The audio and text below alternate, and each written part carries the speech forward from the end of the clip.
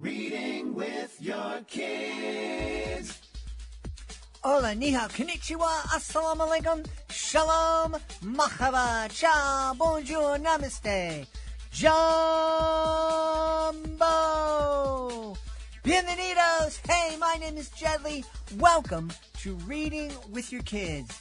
We are broadcasting to the world from the book-loving neighborhood of Reedville, the loveliest neighborhood in all of Boston. We are so very honored and absolutely delighted that you're joining us in our mission to help all families grow closer through reading. We do that by sharing fun, thoughtful, and thought-provoking conversations with fascinating people who just happen to be writing books for kids of all ages. You can join us in our mission by telling all of your family and friends about the show and letting them know that they can hear us on the WREB AM/FM 24/7 radio network, and they can find us on the iHeartRadio app, on Spotify, Apple Podcasts, Good Pods, Podcast Addict, Amazon Music, Audible, CastBox, Player FM, wherever you find your favorite shows, you can find Reading with Your Kids. Two wonderful guests for you today. First, joining us from Turin in Italy, Sara Schroter is here to celebrate Max, the Gemstone Finder.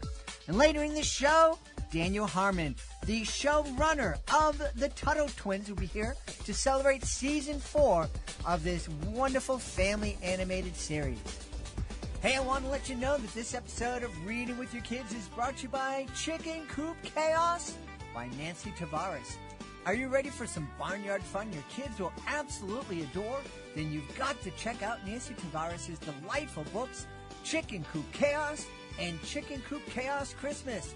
In the original Chicken Coop Chaos, we meet Pearl, a hen who loves peace, order, and a tidy little hen house. But when Window the Rooster barges in and decides he's not leaving, Pearl has to hatch a clever plan to take back her space. And let's just say things get hilariously chaotic. And just in time for the holidays, Chicken Coop Chaos Christmas brings even more laughs, heart, and festive feathered fun. These books are perfect for young readers, classrooms, and family read-aloud time.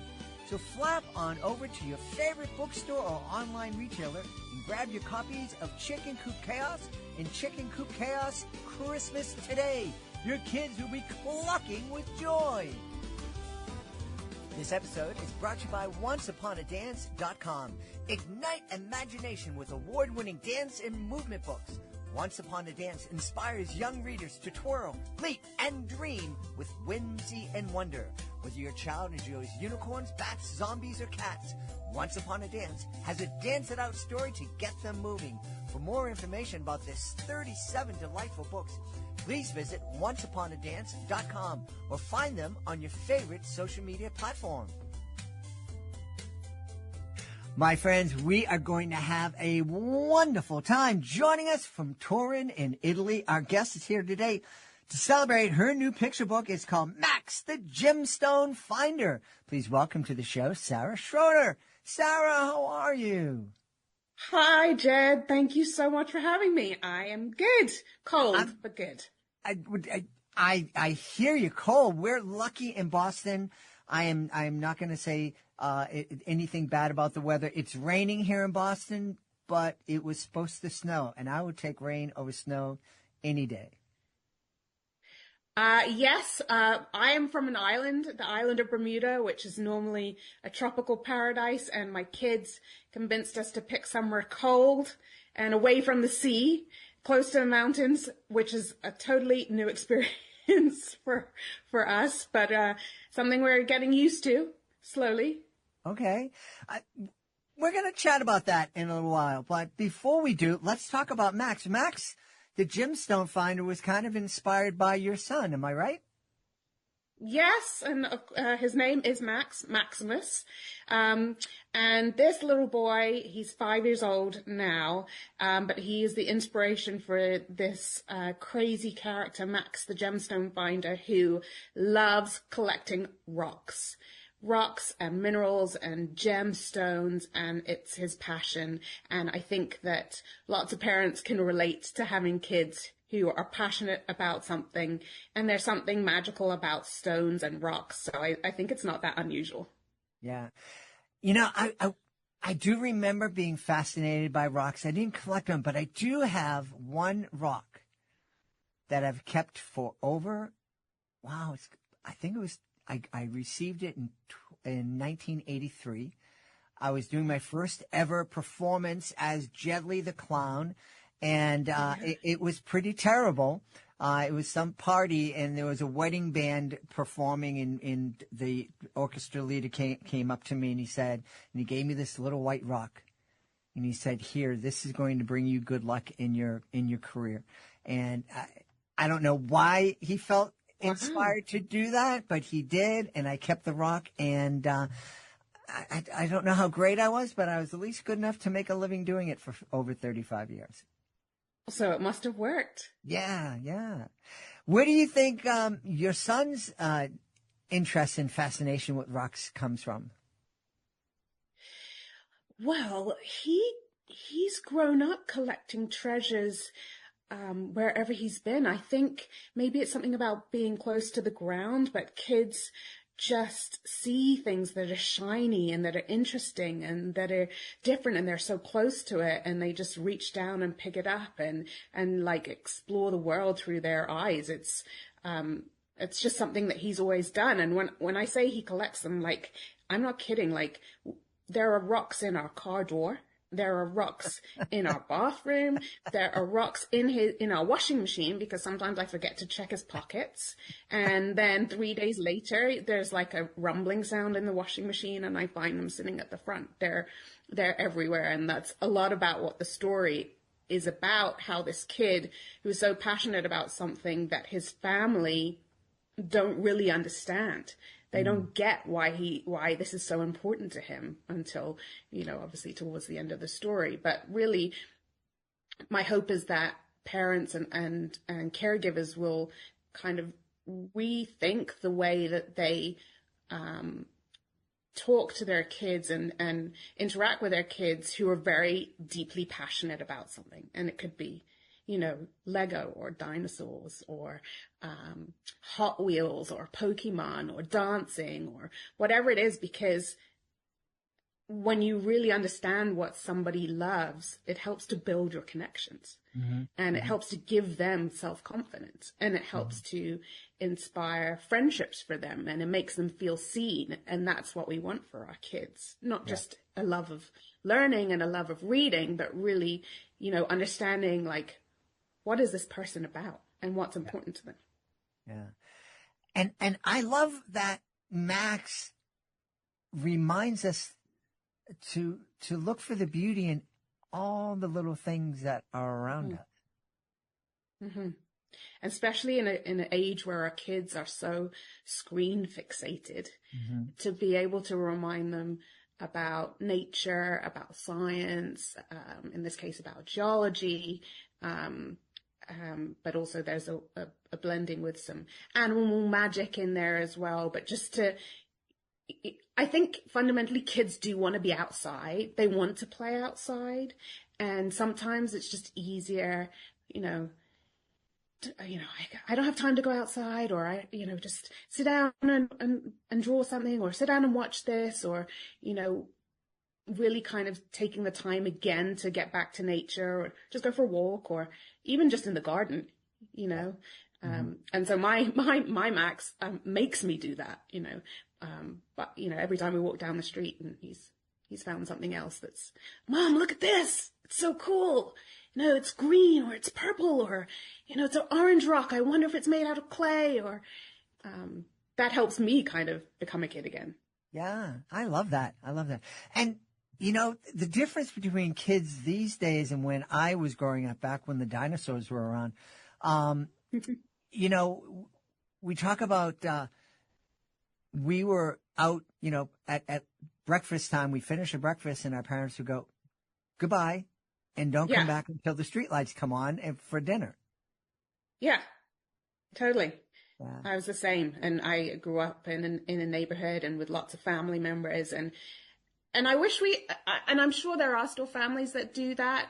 But in an age where we're so worried about security and, who's interacting with our kids and what they're exposed to, I think it's a lucky family who still have the opportunity to do that. Yeah. Yeah. Yeah. And the ironic thing is that we're so worried about our kids, we don't let them out of our sight. But meanwhile, we'll give them this little device that we think, oh, that gives our kids access to the world. But it also gives the world access to our kids.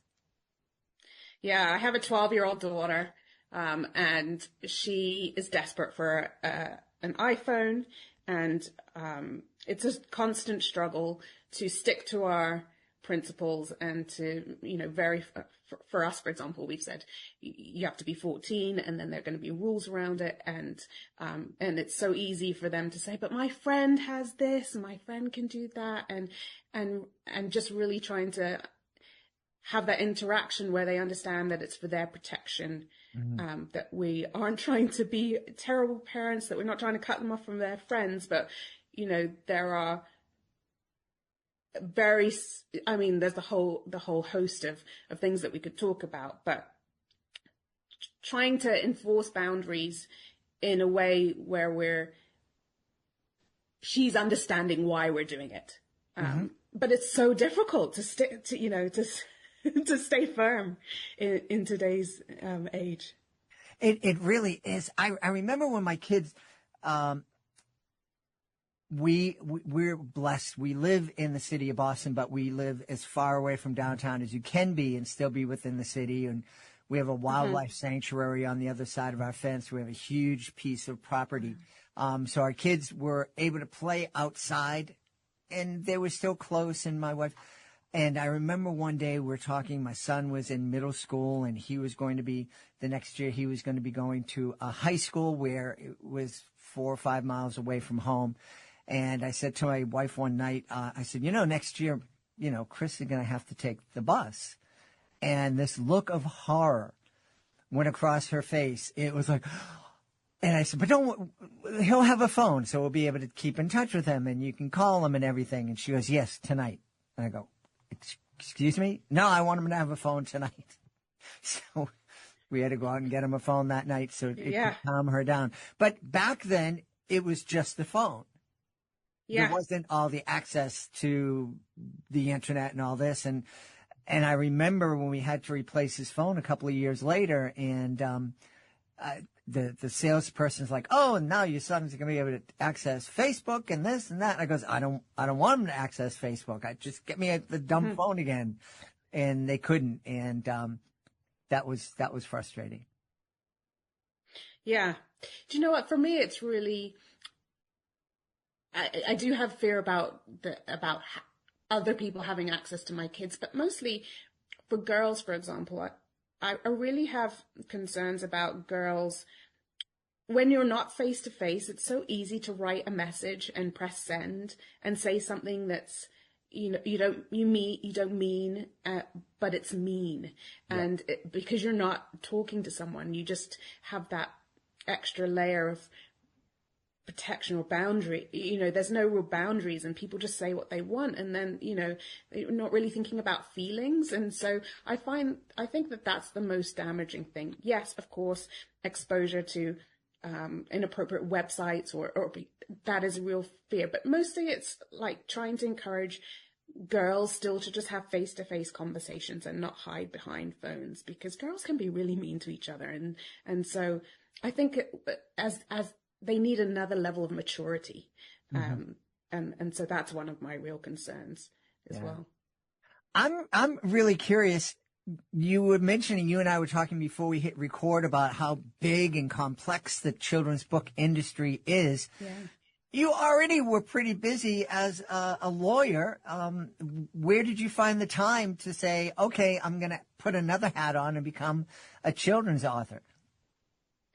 Well, actually, so I grew up between London and Bermuda, and we were lately in Bermuda where our family is, and my husband and I kind of started to have this conversation about what would it look like if we did something different and we had an adventure as a family. And it was so outrageous, like a conversation that you just kind of have, and I'm sure people have this all the time in their homes. They're like, well, what if we changed our life? And you never really do it. And you just think about it.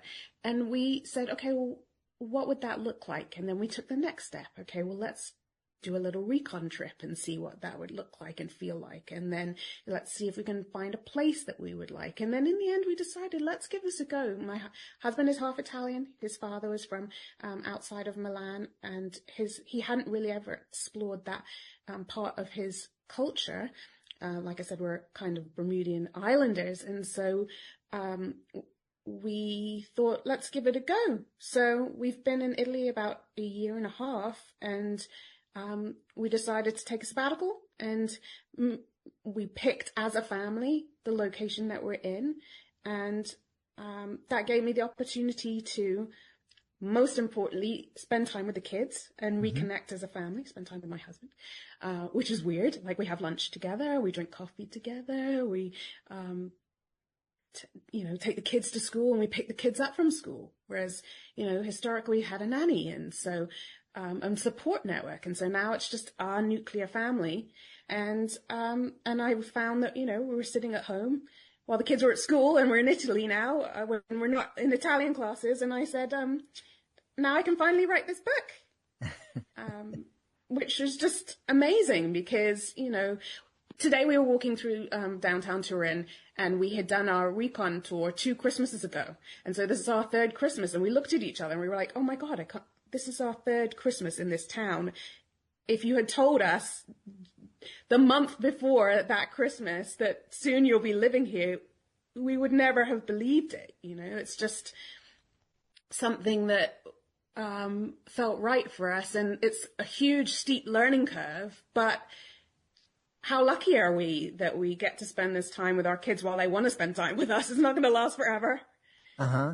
Yes. I absolutely agree with you. I was really blessed that my daughter, she went to an international school here in Boston, and so she had a lot of vacation time when her classmates would go back to Italy or China or wherever, and she would choose to come out on the road with me. And so we would go out and tour, and she'd be my stage crew, and we'd be on the road for 3 weeks at a time, a couple of times a year, and it was absolutely wonderful.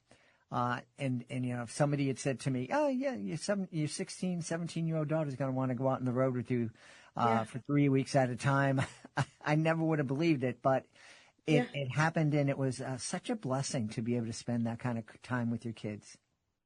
Yeah, and to see them have all these new experiences. And like you said, so our kids go to an international school, and there's 38 nationalities represented. And actually our kids are, although they speak English at the school, they learn in English. They are really only a handful of native speaking kids. So, they're being exposed to all these different languages, people from all over the world, and getting to meet people that maybe they wouldn't normally at a young age. And hopefully that helps to, open their minds to the fact that the world is a much bigger place than this, small island of 60,000 people where they originally came from.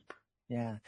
That must have been quite a culture shock, not only going from sunny Bermuda to the mountains of northern Italy, but just, like you said, going from an island of 60,000 people to going to a nation of millions. What was that like for the kids and for you? For the kids, I think the kids are resilient, and also curious. And so after, it's taken some time, but I think that they were blessed to make friends very quickly, and because we're cross-cultural, so we spend a lot of time in London, and they're quite used to traveling. They've remarkably adapted. I think it's definitely been harder as adults being in a community, for me, for sure, where I didn't know the language before, and I'm learning, but slowly, again, like learning a new skill in your later years takes longer for me than for them. And also coming from a community where we had a very strong social fabric and a network, and a village to really help us raise our family to being somewhere where we don't know anyone, and trying to build a new community definitely takes time, because you really have to put yourself outside of your comfort zone. and look for those opportunities to meet new people and to embarrass yourself. So especially and I'm not going to do it here, but, learning a new language, it's so, especially as adults, you don't want to embarrass yourself. You don't want to say it until it's perfect. And, but we live in a town where English is not that common. And so you really have to do it, and it's uncomfortable. But it makes you grow for sure. Yeah. Yeah. Well, that is one of the things that I feel blessed by, because I don't care if I make a mistake. I did a tour of El Salvador with a group called Clowns Without Borders. And for some reason, the only member of that performing troupe who was not fluent in Spanish was made the MC. And so I got up one day, and my intention was to say, we are clowns without borders. Somos payasos sin fronteras. And instead, I stood up and said, somos payasos sin frentes, which means we are clowns without foreheads. And and it was one of the best jokes. And everyone laughed. Everybody laughed. And when I got in on the joke, I said, I'll never do that again. And everybody in the troupe said, no, you're going to do it every single time. Oh, my gosh. That's brilliant. Yeah, yeah. Tell me, now that Max is out there in the world and you're coming on podcasts celebrating the book, and perhaps going to start to be doing book visits and things like that, are you going to write a second book? Well, I would love to. Max has asked for a number of different books. Okay. And he changes his mind a fair bit. But one of the books that we are thinking about is a kid's book about kids who move. So kids who are relocating somewhere, and maybe some of the challenges that they might be facing and how to address some of those issues. I wrote a kid's guide for parents, because one of the things that we've been helping people with is their relocation planning process. And so we have a lot of material and a workbook to help people who are relocating, because we did find that so much of relocating is my overwhelming anxiety mindset in the planning process. And then it's very hard to transition afterwards, once you're there, into, it's like a grief process. I think you kind of grieve your old life, and at the same time as trying to embrace this new life. And I think sometimes that's hard to articulate for kids. Yeah. And they have all these big feelings and emotions about it, and really trying to help them unpack that.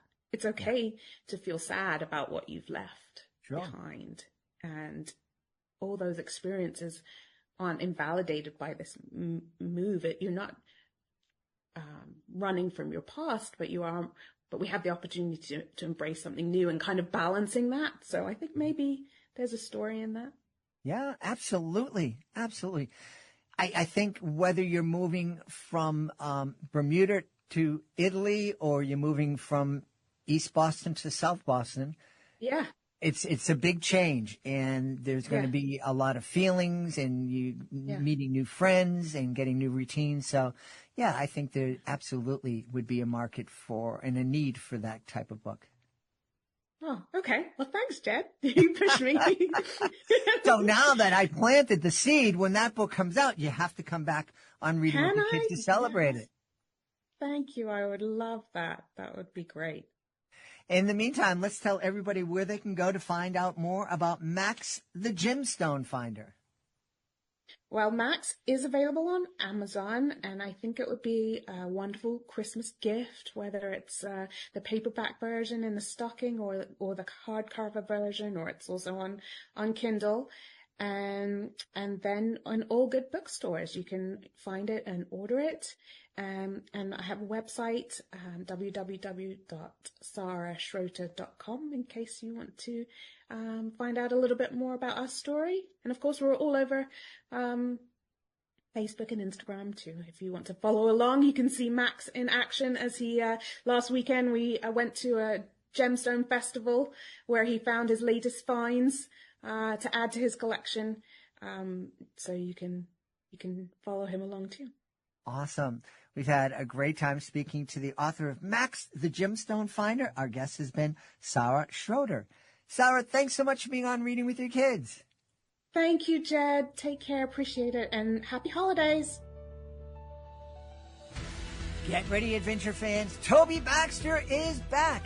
In I Heart Riverhome, the fourth thrilling book in the Adventures of Toby Baxter series, written by Tim Wright, 13-year-old Toby dives into his most unexpected quest yet. He's battling trolls, navigating the sandpit of love, and getting stuck with an LOVE compass. But when the girl of his dreams, Rainey, is kidnapped, Toby must summon more courage than ever before.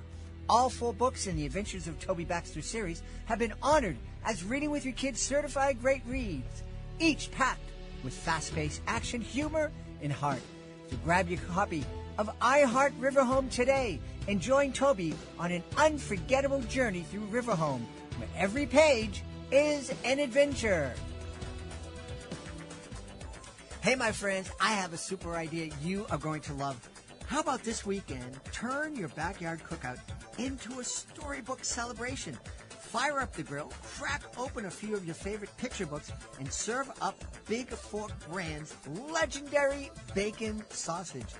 Made with nitrate-free bacon and premium pork, it's juicy, smoky, and unforgettable.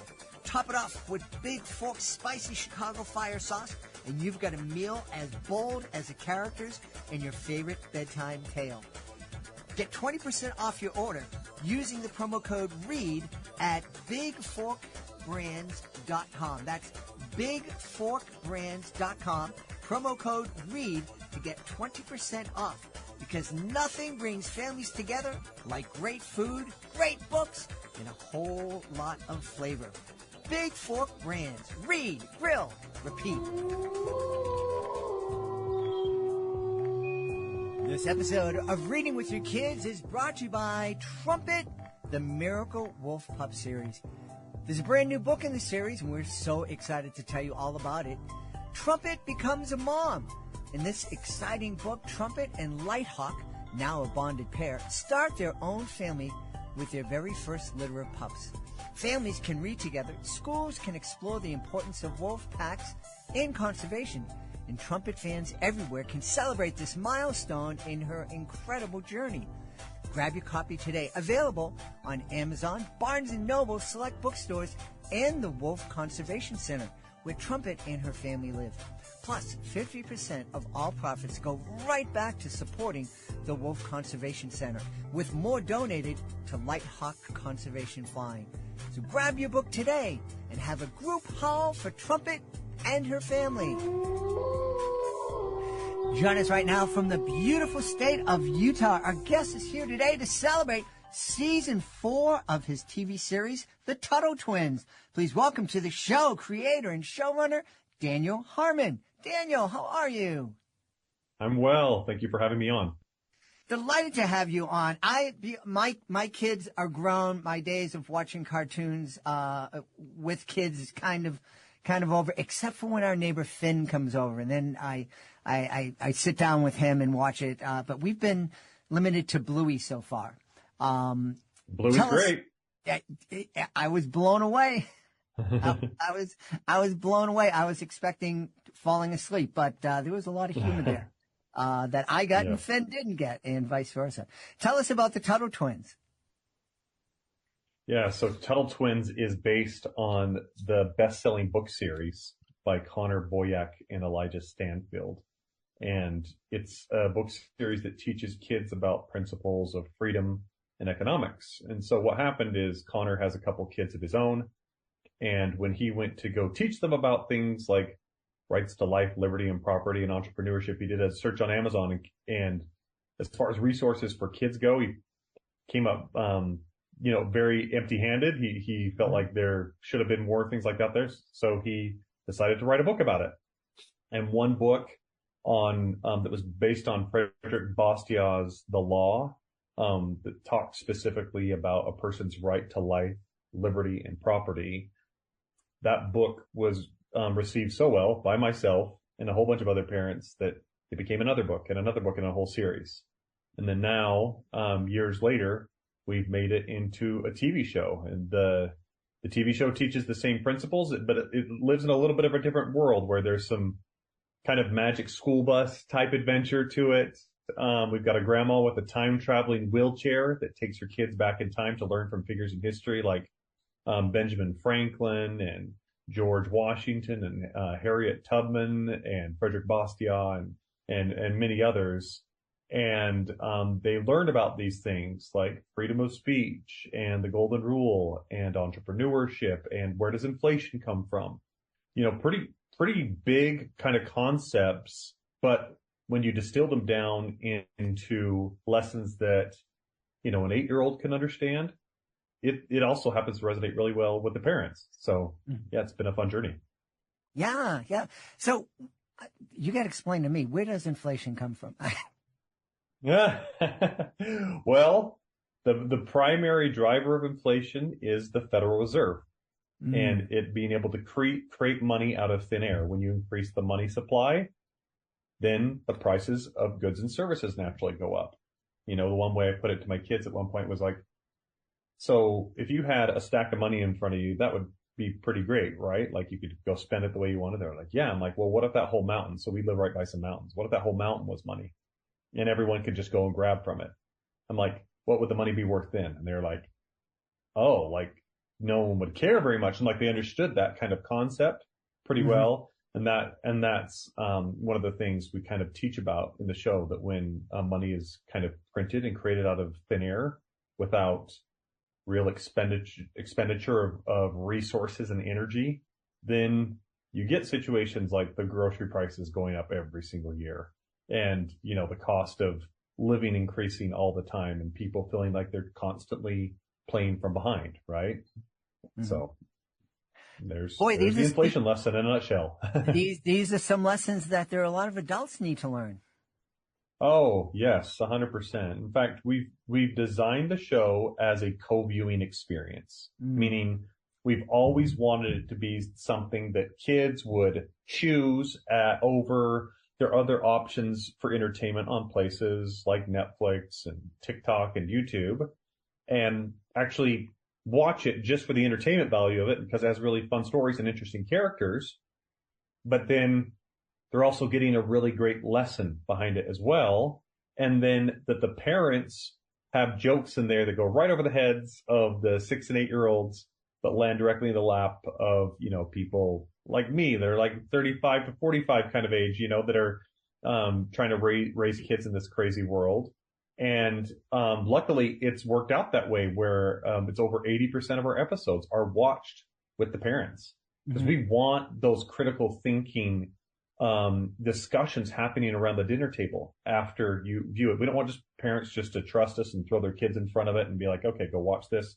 Yes, we want the kids to be able to choose it as, you know, something that's entertaining and that they like, but we very much want the whole family to be able to watch and enjoy and discuss these things because they can be weightier things like inflation, like supply and demand.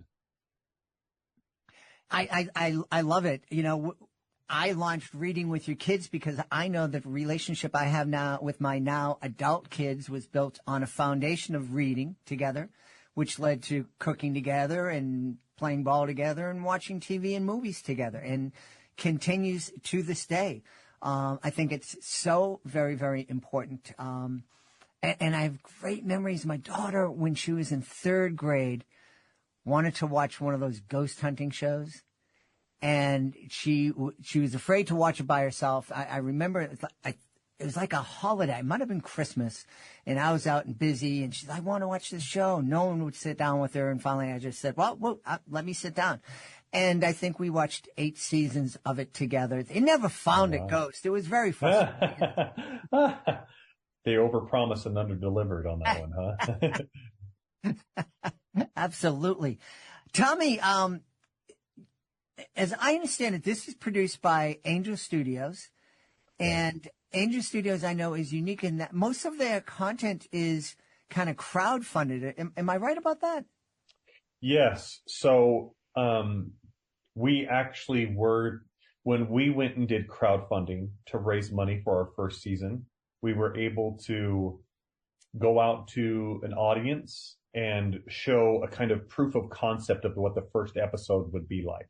Mm-hmm. So it wasn't finished animation because we didn't have money for all that yet. Mm-hmm. That's what we were raising the money for, was to finish the episode. But we had collected some storyboards together and some temporary voices and sound effects and things, and put it together in an edit where it kind of flowed like a moving black and white storybook, right? With rough sketches. Mm-hmm. And we went to the crowd and raised, $3.7 million.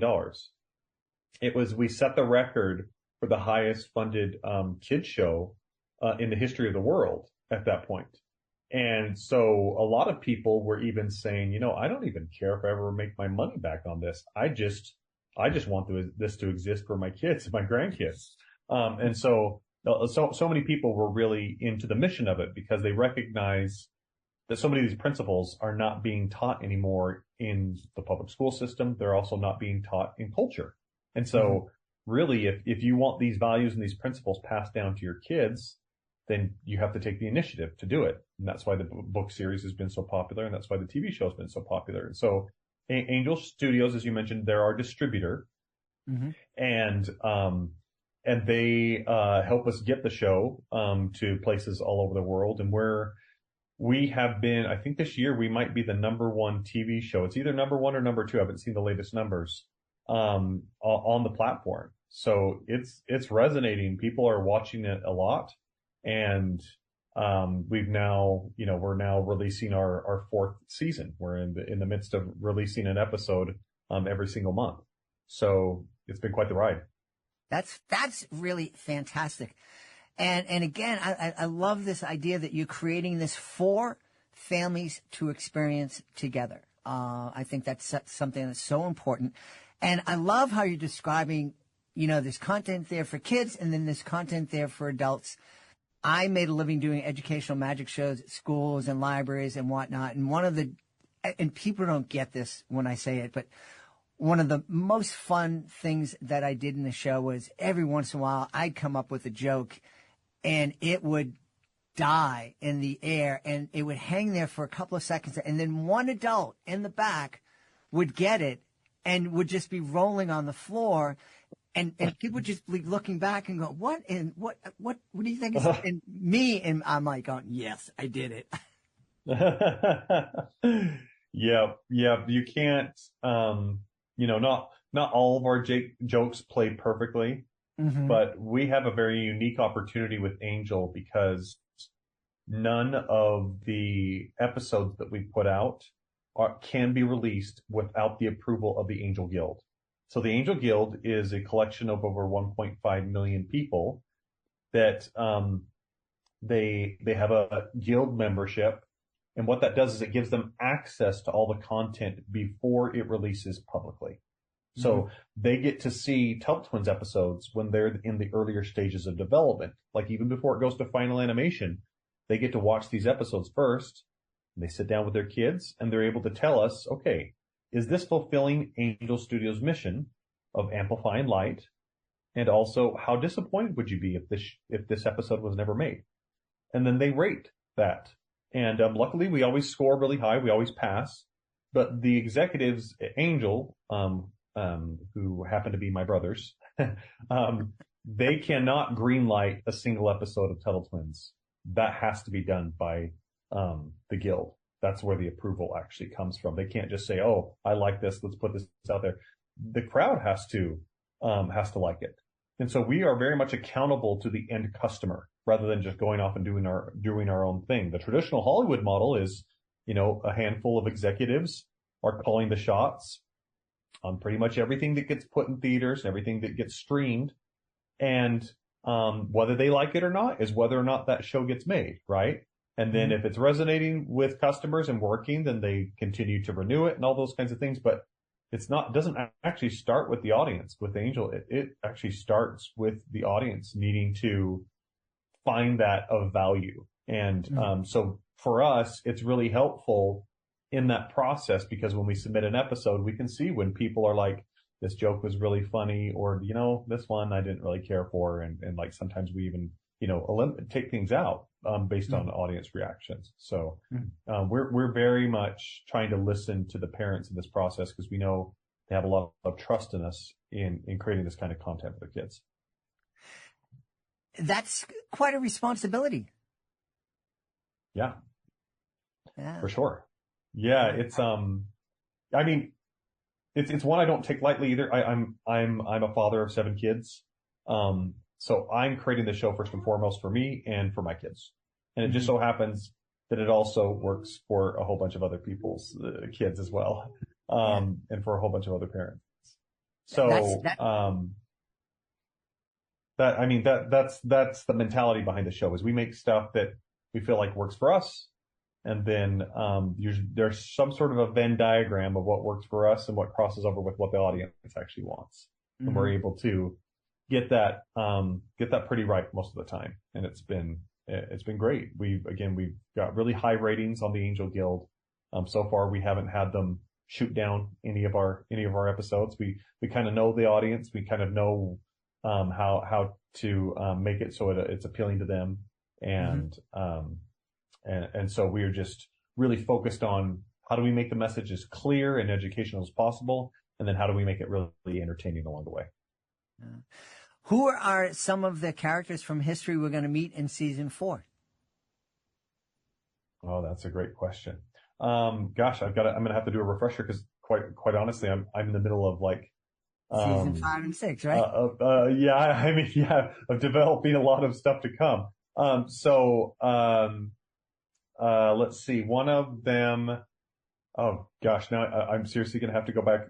Well, the reason I'm saying this is because the episodes that are coming out, the soonest are the ones that I already got in the rearview mirror. I was already working on. So I'm presently working on ones that are in the latter half of the season. So, but we are going to be going back to, George Washington, once again for a little thing. And then let me pull up the other one here. I'm sorry, you put me on the spot. I wasn't prepared to answer that. How dare I ask you about your show, dude? I don't. Well, it's just at this time, by the time we're in the 4th season, I kind of, quite honestly, I get them confused. So I'm so in the thick of it. I'm so in the thick of it while we're creating it. And, I'm the showrunner, which means I'm not directing each individual episode. I'm kind of doing it from a higher level where I'm taking in and make sure the quality is there. But then the seasons start to mix together for me because once I've seen it and I've shipped it to Angel, I'm like, that's behind me. And so, especially with the pressure of the podcast, I'm like, oh, my mind's drawing a blank. But if you allow me to pull it up, I'll get it for you. Give me one second. No worries at all, my friend. I've had a couple of occasions where guests have come on and said, nice to see you again, Jedley. And I'm like, oh, you were on the show before. Sorry. Yeah, it's once something gets behind you, then it's a little bit, tougher. So we've got, Milton Friedman, and we've got Safdien Amoose, who's talking about sound money. We've got Henry Ford coming up, Murray Rothbard. So some different, let's see. I missed one. Oh, and then we've got even one of the figures from history is the food pyramid that we're going to visit. It's the food pyramid, but, kind of, personified, kind of giving a little bit of warning signs of like when, the government gets, involved with prescribing this is healthy versus this isn't, like, still got to do the critical thinking of like, wait a minute, is this really the case or not? Because so much of what was in the food pyramid led to, so many of the, health epidemic problems that we're facing today.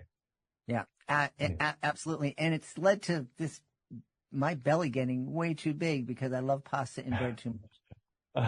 Right. We all do. So tell me, where can we find the Tuttle Twins? If you download the Angel app, so if you go to the, Google Play or, the Apple App Store, you can find the Angel app. You can download it. You can watch seasons 1 through 3 for free. If you want to watch season 4, then a guild membership is required. That not only includes the latest episodes that are coming out, but also the ability to help shape the future of entertainment by watching other content that's coming down the way. You can rate Tuttle Twins episodes or other ones that come in. And so, that's going to be the best way to do it, is to download the Angel app for free and, watch it from there. If you want to do it online, I don't know what, age your audience is, but I think you can just go to angel.com/Tuttle Twins. I'm looking it up right now, see if that link is still active. And it appears that, yes, it is. So angel.com/TUTTLE twins. Yeah. And that will direct you there too. You know, one of the things that I've heard is that there's such a lack of creativity. Every movie that comes out is a remake of something that was a hit before, or another superhero movie. It sounds like there's not a whole lot of creativity in that traditional space. Why do you think that might be? I think it's a few things. I think when companies become really big, they're often trying to protect shareholders. And so they're looking for as sure bets as possible, rather than taking bigger risks. Because maybe sometimes if a risk flops, you can get an earful much more than when you have like sort of a regular old predictable thing that you put out and then it just does okay. Like they're not going to hear it as much on that. So I think there's that Hollywood is looking for as much predictability as possible in the revenue stream of when they go to theaters. And then I think another element of it is that the filmmaking process has become so expensive that there's less risk taking as well. And what I mean by so expensive is the fact that there's been a system in place at Hollywood for a long time where there were back ends, right? If a film performed really well, then you would get a royalty check cut of some kind. If you were like a director or an actor or playing some sort of a key role in the production. What happened is over time, like it became kind of just known in the industry that back ends were just never paid out. There was clever accounting used to say, oh, we're not profitable yet. We can't pay things out. And so what happened is the production companies and the producers and the directors, I think, started charging as much money up front as possible to guarantee that they get money rather than wait for anything for performance on the back end, because they just felt like it was so unlikely that it would ever come. And what that did is I think it drove the price up further and further for the creation of these films and of these TV shows. And Angel is actually really trying to help disrupt that model, where they have a very straightforward split that when a program like my TV show goes on to the platform, then it ends up there's a split that happens immediately.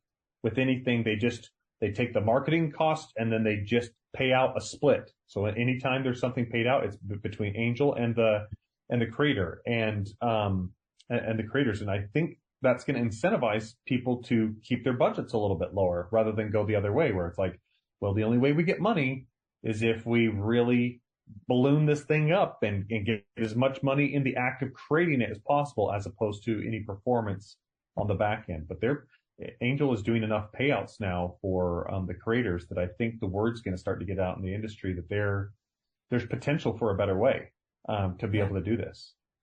Love it. Because the Netflix model is straight up that. It's you make your production, and then then Netflix will they pay an additional, I think, 20%. So if it costs $100 million to make a film, they're going to pay you $120 million. So you get your margin worked in there. But that doesn't give that creates incentive to make it as expensive as possible, because then you get as much margin as possible, right? Okay. Uh-huh. And so I think the creativity goes down when there's not as when you have too much time and too much money. Those are creativity killers. Mm-hmm. You actually think more creatively when you have to work inside of a box. When you have real constraints with your money and your time, that's when you really do better problem solving. Yeah. I love it. I love what Angel's doing. I'm so happy that the Tuttle Twins are experiencing the popularity season 4. You're working on season 5 and beyond. That's fantastic. Would you come back and celebrate season 5 when it's coming out next year?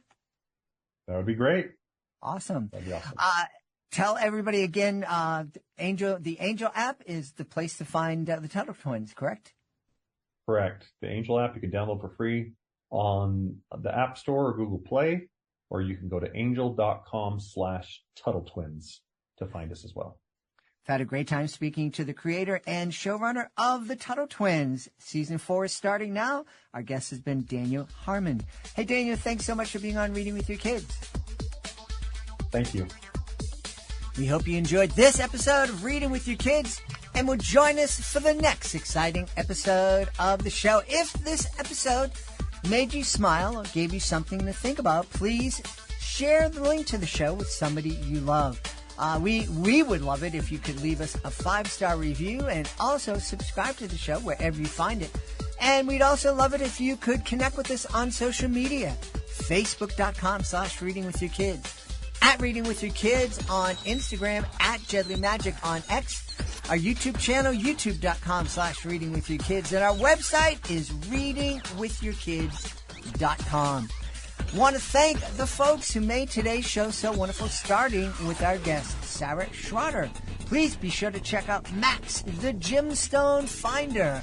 Also want to thank Daniel Harmon. Please be sure to check out season 4 of the Tuttle Twins. I want to thank my team, Fatima Khan, Chris Doherty. I want to thank my beautiful wife for all the support she gives me. Most of all, we all want to thank you. Thank you so much for taking the time to join us today. And as always, thank you so very much for taking the time to make the world a better, kinder, more loving and beautiful place. And I'm telling you, you do that every single time you read with your kids. I'll be looking for you in the next episode of Reading with Your Kids. My life is magic. My life is magic. When I wake up in the morning, I take a look around. The sun is shining on my window. So many smiles, so many sounds. I've got breath in my lungs and my feet on the floor. Before I rush into my day, I